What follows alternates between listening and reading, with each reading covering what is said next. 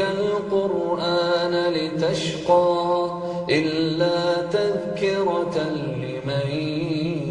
يخشى تنزيلا ممن خلق الأرض والسماوات العلى الرحمن على العرش استوى له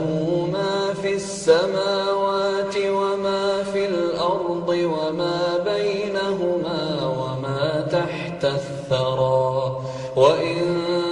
تجهر بالقول فإنه يعلم السر وأخفى الله لا إله إلا هو له الأسماء الحسنى وهل أتاك حديث موسى إذ رأى نارا فقال لأهلهم كثوا إني آنست نارا لعلي آتيكم منها بقبس أو أجد على النار هدى فلما أتاها نودي يا موسى إني أنا ربك فاخلع نعليك إنك بالوادي المقدس طوى وأنا اخترتك فاستمع لما يوحى إنني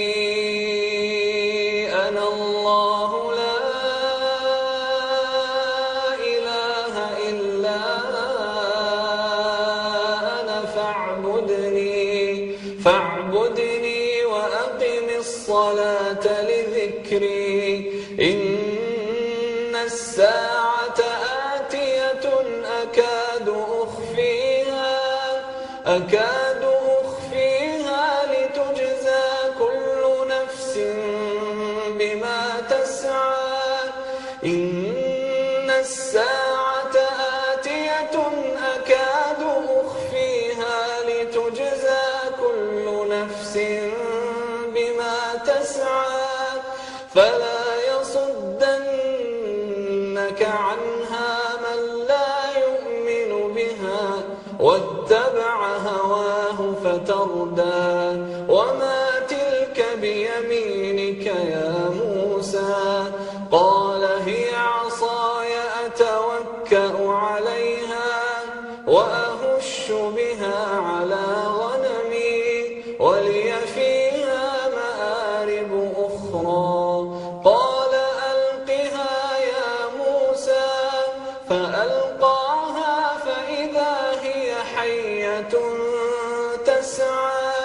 قال خذها ولا تخف سنعيدها سيرتها الأولى واضمم يدك إلى جناحك تخرج بيضاء من غير سوء آية أخرى لنريك من آياتنا الكبرى اذهب إلى فرعون